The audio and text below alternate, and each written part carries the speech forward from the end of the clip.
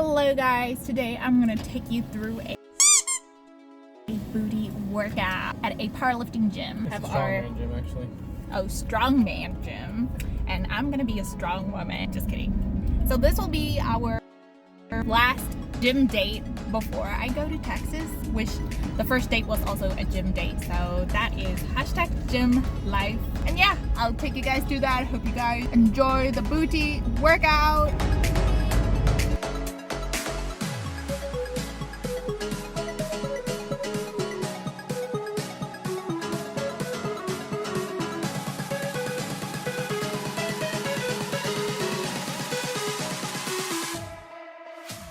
So the first main lift that I did was hip thrust. I first did it with no barbell on top, just as a warm-up to get my glute pump going on, and then I did 135, which is also fairly easy, and then moved on to 185. I'm not trying to lift super heavy yet because at the start of a new program, it's important that you got your techniques right. So we want to keep the light weight and then make sure that we master the techniques. And for the hip thrust, we want to make sure that we're doing the posterior pelvic tilt, which is why we are just pushing the pelvic and keeping your head and your neck straight looking up without swinging back and forth with that. And I did that for 5 sets of 8 to 10 reps. And the second main lift that I did was sumo deadlift. I am so obsessed with the sumo deadlift, guys, over the conventional. It's the first reason is because it targets mostly the glutes, and the second one is that it helps with my squatting form too. Like, you might think that it is not related to the squat, but it really does. When you're doing the correct form, you have to sit back just as in a squat, and that is what I found it to be hard right now, but I'm working on it. Like, for this movement, you will first see that I'm just keeping my back straight, which is right, and then pulling it from the left, which is also right. But another key thing that I was missing is sitting back, leaning back, as if I might fall back if there were no weights there. So this is what we want to do during sumo deadlift, and altogether I did that for 6 to 8 reps, lightweight reps, just practicing the technique, which is 135, and I did that all together for 5 sets. After the sumo deadlift, I just wanted to practice on a pattern, so I just did a sumo deadlift variation, but I'm not pulling all the way up and finishing the movement, but I am just initiating the start of the movement pattern, and I didn't want to exhaust my muscles, so just did lightweight for 7 reps, didn't go until failure or anything, and I did that for 3 sets. And after that, it was a superset of dumbbell lunges, and then moving on with no rest, going on to the sideline hip abduction for 10 reps each of 2 sets. Last but not least, it is the pit shark or the belt squat machine. You might find that it looks similar to the normal squat, but when you get on top of that and do it, like, it is different, guys. Like, different set of muscles are involved, and it helped me fire up my glute more, and it made my glutes so sore the next day. And I did that for 2 sets of 10 reps each.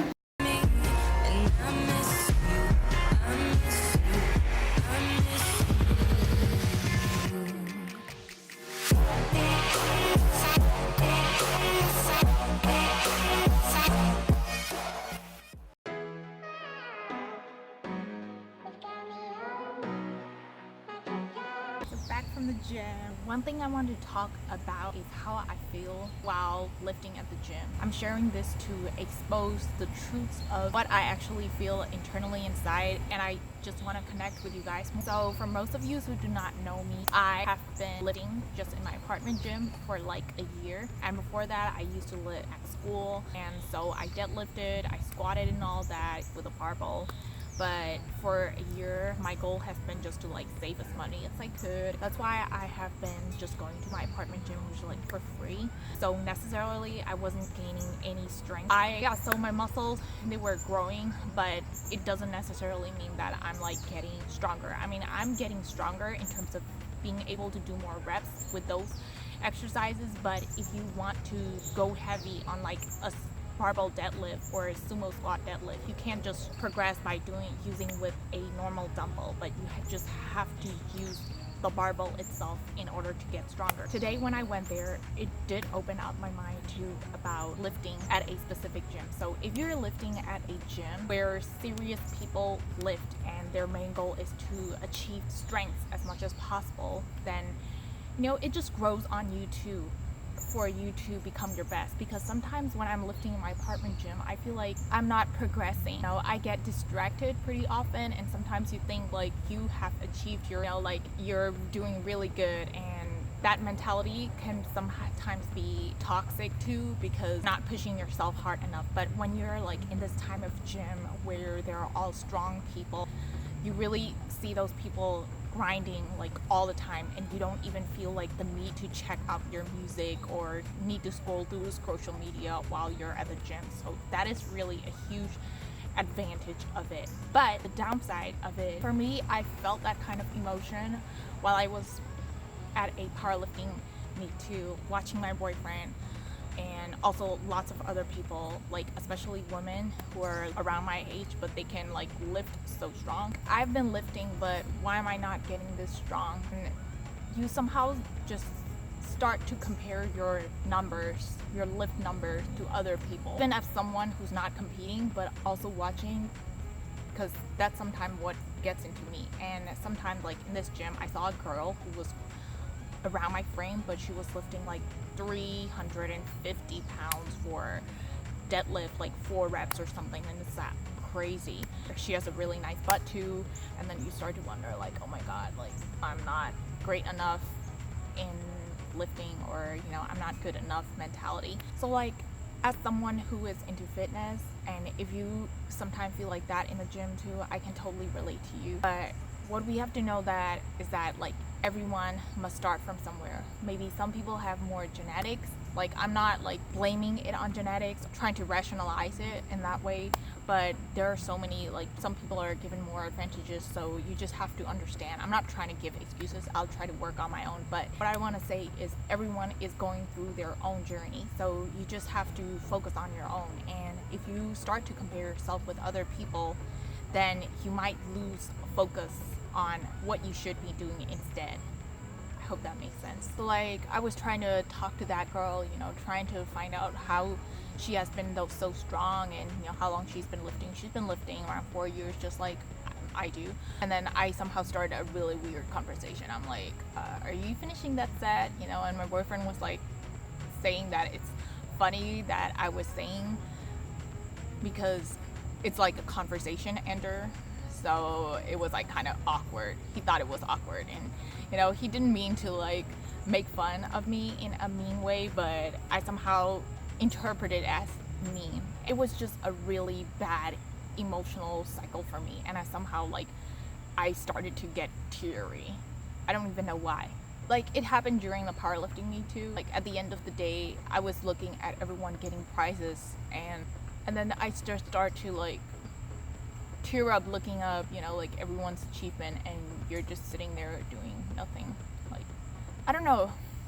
I just want to tell you that what you see on social media, like me, I may post like really perfect images and all that, but sometimes like you do not know someone's insecurities, someone's self-doubt. I'm trying not to like look for sympathy from you, but just want you to relate that if you ever feel that way.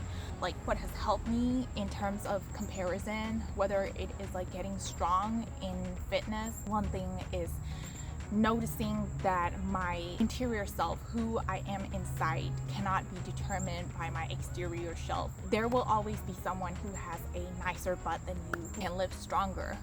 There could be so many exterior traits, but they may be good in some ways, but they may be also lacking in some ways, but you have those ways, so you cannot always like compare. Humans are always complex human beings. And so what is more important, I feel like, is just meditate and see our value of the interior self instead of the external values. What I could be happy, for example, is like me sharing with you guys like through this process of not just my physical strength development and you know, my workout, but also like how I am growing inside as well as a person.